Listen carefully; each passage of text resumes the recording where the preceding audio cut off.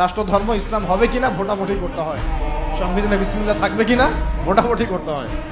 সুবহানাল্লাহ, আস্তাগফিরুল্লাহ, লা হাওলা ওয়ালা কুওয়াতা ইল্লা বিল্লাহিল আলিয়্যিল আযীম। তাহলে দেখেন, চিন্তা করেন কত বড় ধোঁকাবাজি। এখনো দেখেন, এখন যদি আপনারা বলেন যে আমরা সবাই ইসলামী রাষ্ট্র ব্যবস্থা চাই, একটা গণভোটের আয়োজন করা হোক, দেখা যাক কারা কারা ইসলামের পক্ষে ভোট দেয়।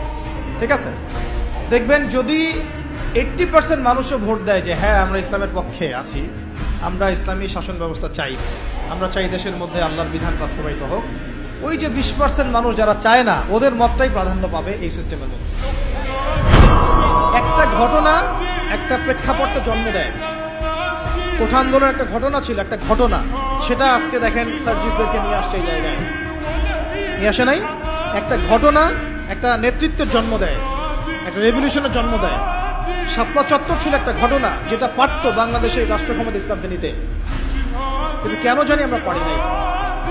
হয়তোবা আল্লাহ পাক আরো ভালো কোনো পদ্ধতি আমাদের জন্য রেখেছেন হয়তোবা, তবে কোনো কোনো ঘটনা আমাদের সামনে আল্লাহ পাক ঘটান যেগুলোর মধ্য দিয়ে একটা রেভলিউশন হয়ে যেতে পারে। যদি ভাইদেরকে নির্মমভাবে তারা এভাবে গুলি না করতো, তাহলে তারাও কিন্তু এভাবে সহিংস হতো, আজকে এরাও কিন্তু দেশ থেকে পালাতো না।